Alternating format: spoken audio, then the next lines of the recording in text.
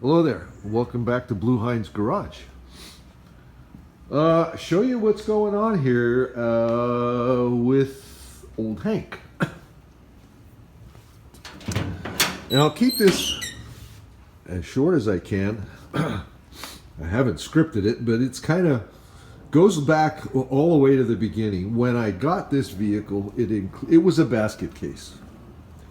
And it included the cab. It included a frame that was so hacked up that I sold it off immediately. It included a bed that was cut off, probably a foot short. I think it came with a tailgate, but the bed wasn't, it was cut, but it wasn't complete. It wasn't put back together. Again, sold that off. This is a reproduction bed. The rear fenders were damaged. It cost me more. It would have cost me more to fix those than buy these Brookville ones. So I bought the Brookville ones, sold the damaged ones. And part of what it came with is this cushion that you sit on and the back panel that you see there on the floor. I think, I don't remember for certain because this is 30 years ago, literally. I think that frame was on, I'm not sure if that frame was on the back of that cushion or not. That sure looks like my work. We were looking at it yesterday. Sure looks like my work, but I don't recall doing that in detail at least, and I can't find fasteners that indicate how it's attached without removing and replacing the upholstery, which I don't believe I did. At any rate, I'm going to have to modify both of these because where I'm at right now is I put the seats in here. I made these frames that you're looking at here, I think. I'm sure I made the one under the seat cushion.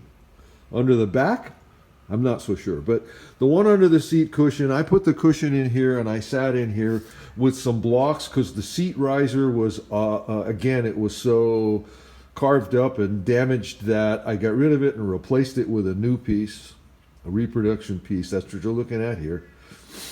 And what I did is I put that vinyl cushion in here on blocks until I got it where I thought I'd want it to be sitting. And it's been stored ever since. Same with the back. I had the back fit here along with the cushion so I thought it was appropriate. Well, the other day after I put the dashboard in here, I put the seats in here and it was like, whoa, this isn't going to work. I was sitting way too far forward. It was cramped, was uncomfortable. So it's like, nah, I got to deal with this. I'm not going to have, I won't be driving this thing if this is how it's going to be. So here we are. I'm trying to modify what's happening here so that the seat gives me more space. There isn't much room. These things are small. There isn't much room for adjustment. So you see that one piece of wood standing there. That's one of four that here's another one. Most of them are removed at this point. And what I'm doing is moving them back as much as I can in whatever way I can to get more space between me and the steering wheel. The cushion as well is changing height a bit. I took a couple of wedges out of it. I might change it a bit more, but I'm in the process now of remodeling what I have to gain, an inch or two this is everything. An inch or two here is like, an acre. So again, here's the other two pieces that, what do you want to call it, are the structure that locates the backrest. This piece that you see here on the bench is what I'm going to use to remake those. I'm making those because I'm moving them, which means they're going to change shape a little bit, maybe length a little bit.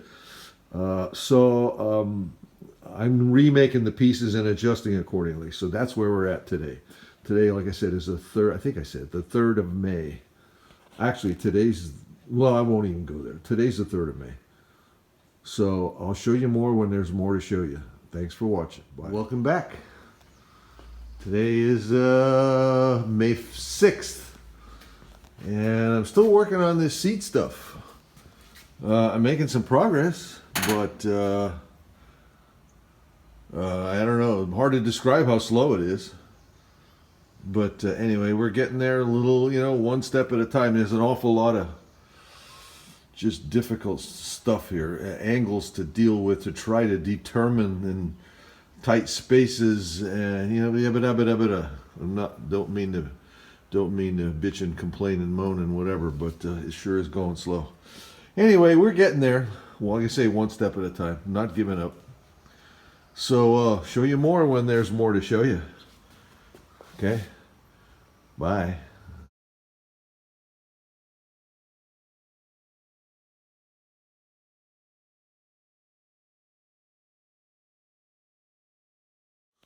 Hello there. Welcome back to Blue Heinz Garage. It's Monday, May 7th or 8th, I don't remember. Finally was able to make some progress here. And believe me, it wasn't easy. This is a pain. So anyway, got that last piece, the furthest one over there, in. Finished it today, actually. I got to cut these bolts off because they're going to interfere with the cushion, I'm pretty sure. So I'll cut them off right behind the nuts. You see there, in this vehicle, they're a carriage bolt that goes right through the back of the truck. You see, I lowered these so they'd match the other two in the middle. We'll patch those when we tear this apart. We'll weld those upper ones closed. Anyway, I'm going to try the cushions in here now and see what any modifications I need to make to the cushions now, the seat back and the actual seat cushion. We'll try those in there and go from there. Wish me luck.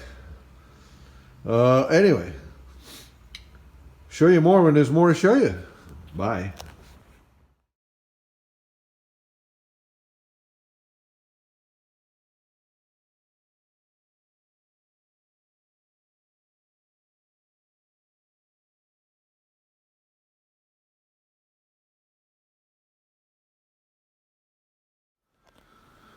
Okay, well, today is May 10th, and we've made a little more progress on old Hank. Scott's making gradual progress on the time machine. Anyway, I've got this set up, I think, where it needs to be. I've got the back cushion where I think I want it when it gets upholstered. There isn't much cushion available there, but that's the brakes. So like I said, I can sit in here now and it's pretty comfortable. But anyway, I think that's where I want it right now. Besides that, decided on a final tire size. You see what's here, the wheels, the permanent wheels showed up. I'll show you those when I get the permanent tires installed on them. I'm waiting for my nephew to call me back. He's my tire man. He's got a tire shop in San Francisco, Paul's Battery and Tire, for anyone that's interested. My huge group of subscribers, which is less than 500. Anyway, I'm waiting for him to call me saying that he's got the permanent tires. He was looking into, I gave him the size I wanted to use on the back. We compared, the size I'm using on the back will be the same height as these. A little less wide than these, one size narrower than these. These are 255s. I'm going with 235s. No, maybe two sizes narrow. I think there's a 45 also. I'm going with 235, which is a bit narrower tread, the same size height because it's a 16-inch tire instead of a 15. Same size wheel and tire on that, but a different design, different style wheel. So anyway, I'll show you that when I get them here. The wheels are here when I get them here together. The tires on the wheels. These wheels are only primered right now, so you won't see them with the finished color. Today I ordered the trim rings and caps for those wheels, so that's probably 3-4 days down the road before they're here. But anyway, that's where we're at right now. Spent the majority of yesterday doing that. You notice it's almost flat and empty. So like I said, that took, I would say, more than half a day. Getting that flat, getting everything relocated that was on there. You notice like the clamps are hanging up there on the back now instead of sitting on the top. So anyway, it was overdue, long overdue for that to happen. I still need to do the windowsill. I like stuff that I don't want to lose track of, stuff that I want readily available and, you know, easy to find up there. So right now there's a lot of odds and ends. I need to go through that and clean that too. At any rate, here we are. One or two more things left to do, little odds and ends. That needs to go back on the belt sander. I took that off the other day to change the belt, and also so I could use the round part here when I was making those blocks to go in that wood stuff behind the seat. And that worked nice. So anyway, you can see I've been sanding wood here. So I got to put that back on.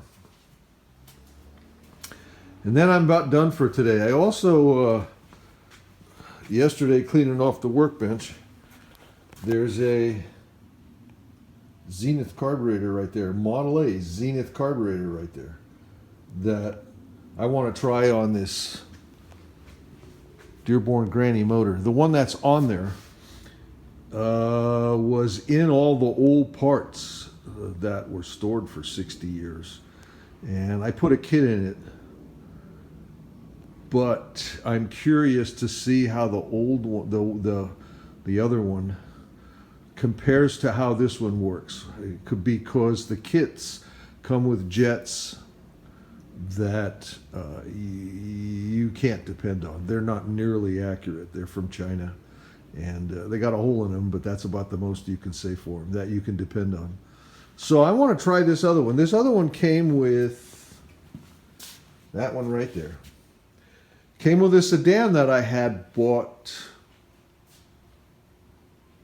I'm going to guess roughly 30 years ago, because I can say that because of milestones. I've been retired for 20 years this year, and I bought that car sometime before I retired. I was still working. So I bought that car either somewhere between 5 and 10 years before I retired. So that carburetor came on that car. It was built in Texas. I bought it on eBay in an auction, had it shipped here. I got 2 or 3 carburetors I'd like to try on here. So now's a good time to do that. But anyway, I'm rambling at this point. So I'll talk to you later. Thanks for watching. Please, just thanks for watching. I'll just leave it there for now. Bye.